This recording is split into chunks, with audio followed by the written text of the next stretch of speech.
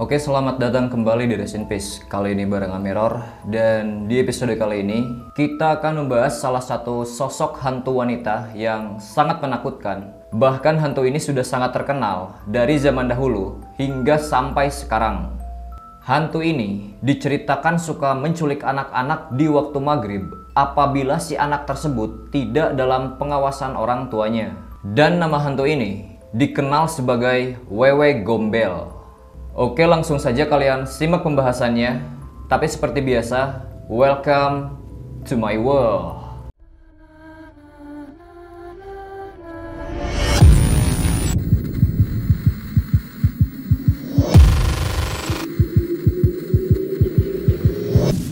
Sejak dari masa lampau, bahkan hingga generasi sekarang, nama dari Wewe Gombel sudah tidak asing lagi di telinga. Meskipun dari beberapa pendapat hantu ini terdengar menyeramkan, Wewe Gombel atau juga disebut dengan Kelong Wewe adalah sebuah istilah dalam tradisi Jawa yang berarti adalah roh jahat atau hantu yang suka menculik anak-anak tetapi tidak sampai mencelakainya. Maksudnya, tidak sampai membunuhnya.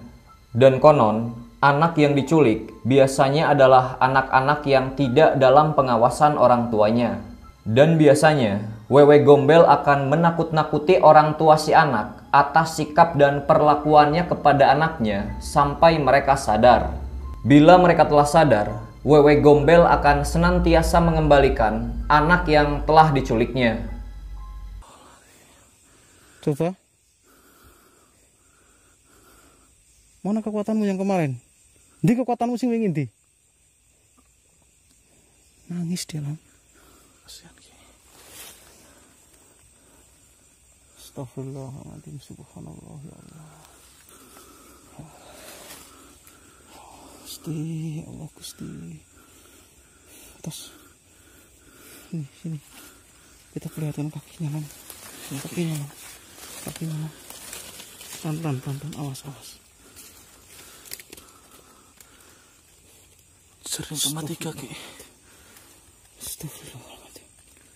Astagfirullahaladzim.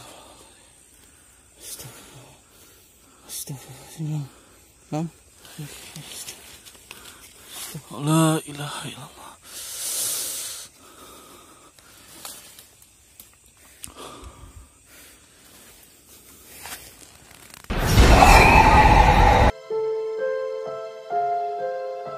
Menurut cerita, mitos Wewe Gombel itu dipercayai atau digunakan untuk menakut-nakuti anak-anak agar mereka tidak berkeliaran di waktu maghrib atau menjelang malam.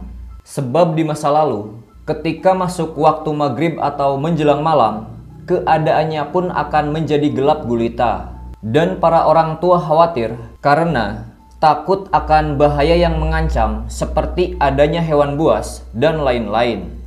Apalagi pada waktu itu, listrik belum merata seperti sekarang. Jadi oleh sebab itulah, nama Wewe Gombel diciptakan untuk menyelamatkan anak-anak dari ancaman tersebut. Dan para orang tua terdahulu biasanya menggambarkan Wewe Gombel dengan sosok wanita tua keriput dengan payudara yang terlihat panjang dan menggantung, yang pastinya membuat anak-anak menjadi takut. Bahkan dari berbagai cerita dan versi yang meluas di masyarakat, ketika Wewe Gombel menculik seorang anak, ia akan menyuapi anak tersebut dengan kotoran-kotoran. Ada juga pendapat lain, ketika ia menculik seorang anak, Wewe Gombel akan meninggalkan bra dan celana dalam miliknya, sebagai tanda bahwa ia telah menculik seseorang. Namun, beberapa pendapat yang paling banyak, Wewe Gombel akan menculik anak jika anak tersebut tidak mendapat perhatian dan tidak dalam pengawasan lebih dari orang tuanya. Dan setelah Wewe Gombel menculik anak tersebut, ia akan menakut-nakuti orang tuanya supaya orang tua tersebut sadar akan tindakan yang kurang memperhatikan anaknya. Jika dilihat dari sisi ini, Wewe Gombel berkesan baik ya, meskipun caranya itu sangat menyeramkan. Dan tradisi yang beredar di masyarakat Ketika ada seorang anak yang hilang secara misterius, misal di waktu maghrib atau sedang mandi di sebuah sungai, para warga akan beramai-ramai mencari anak yang hilang tersebut dengan mengelilingi kampung dan membawa perabotan rumah tangga seperti nampan yang terbuat dari anyaman bambu, lalu menabuhnya supaya anak yang hilang itu dikembalikan oleh Wewe Gombel.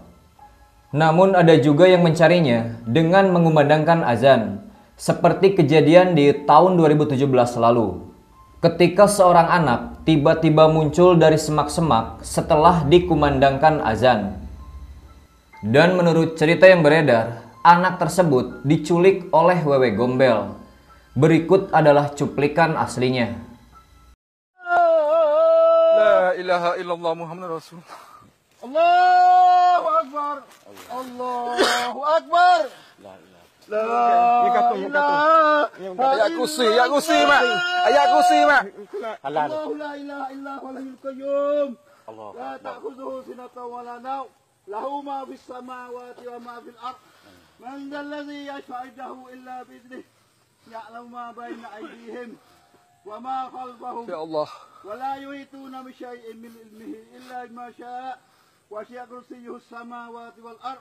ولا يؤوذه حفظهما وهو العلي العظيم ومن يتق الله يجعل له مخرجا ويرزقه من حيث لا يحتسب ومن يتوكل على الله فهو إن الله بالغ أمره قد جعل الله ذلك قدره صلى الله عليه وسلم صلى الله عليه وسلم صلى الله عليه وسلم صلى الله عليه وسلم صلى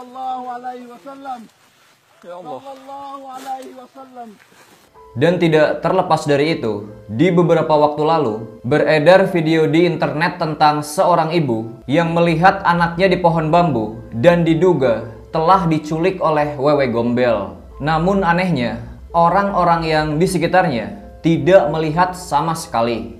Berikut adalah cuplikan videonya.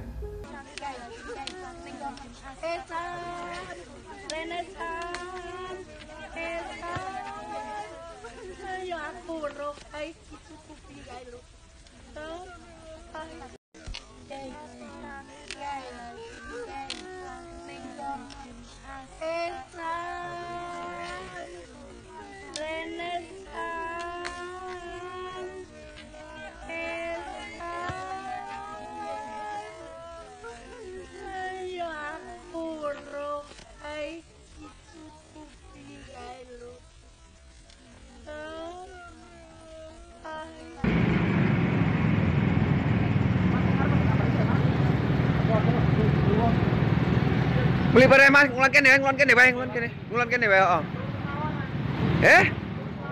ora ben liber sik, tak anu ka oleh kabari man. Ngulon kene bae. Ah, ngulon kene bae, Mas. Wes, kayak tutup bae, kono tutup bae, Mas, tutup sik bae. Heeh. Tutup kono aja oleh anu. Ah, genten andul nek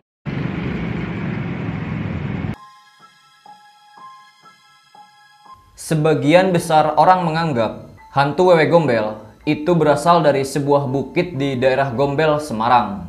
Bukit ini dikenal seram karena dulunya merupakan tempat pembantaian saat masih zaman penjajahan.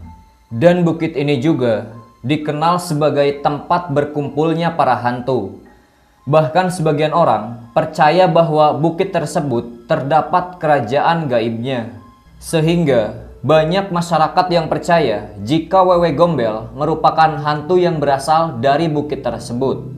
Nama Wewe Gombel digambarkan berwujud wanita, memiliki rambut yang panjang, berbadan besar, dan buah dadanya yang menggantung seperti pepaya.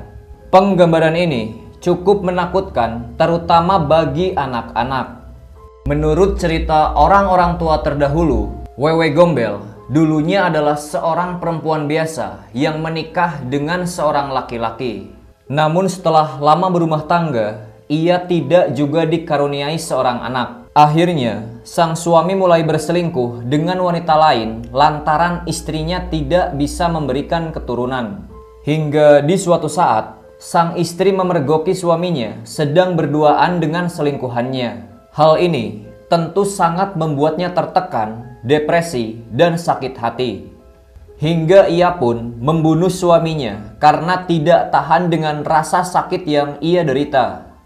Namun di sisi lain, tindakan kriminalnya ini diketahui oleh para warga sekitar.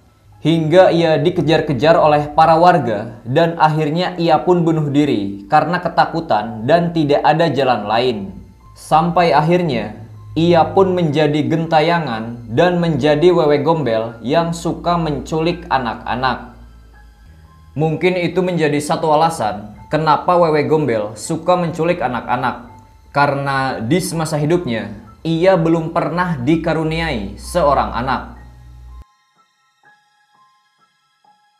Dari banyaknya mitos yang beredar di masyarakat, pasti ada beberapa makna yang dapat disampaikan. Terkait mitos wewe gombel ini, diharapkan para orang tua bisa semakin memperhatikan anak-anaknya. Karena jika menjelang malam sang anak masih keluyuran di luar rumah, bisa jadi banyak bahaya yang mengancam sang anak seperti daerah yang gelap, hewan buas, atau bahaya dari orang asing. Meskipun nama wewe gombel ini berkesan sangat menakutkan, terutama di kalangan anak-anak, namun kita bisa menarik kesimpulan dan analisis yang logis. Ketika orang-orang dulu menakut-nakuti seorang anak dengan kata wewe gombel, mungkin itu adalah satu bentuk motivasi untuk mengantisipasi tindakan yang mengundang kebiasaan-kebiasaan buruk yang berpotensi melanggar aturan. Misalnya, anak-anak yang seharusnya beribadah, belajar, atau berkumpul bersama keluarga di waktu maghrib atau menjelang malam, bukannya malah bermain di luar rumah tanpa pengawasan orang tuanya. Itulah kenapa orang-orang tua terdahulu khawatir dan cemas jika anaknya masih di luar rumah saat menjelang malam. Cerita tentang adanya sosok wewe gombel secara turun-temurun dan menyebar ke berbagai individu dan masyarakat, yang kemungkinan besarnya dari para individu itu mungkin juga mengarang cerita tambahan tentang sosok wewe gombel. Hingga sampai saat ini banyak sekali cerita dan versi mengenai hantu wewe gombel. Dan yang masih mengganjal dalam pikiran saya sampai saat ini, kenapa sosok wewe gombel memiliki buah dada yang panjang dan terurai? Jika dari kalian ada yang tahu dengan jawaban yang sebenarnya, silahkan tuliskan jawaban kalian di kolom komentar.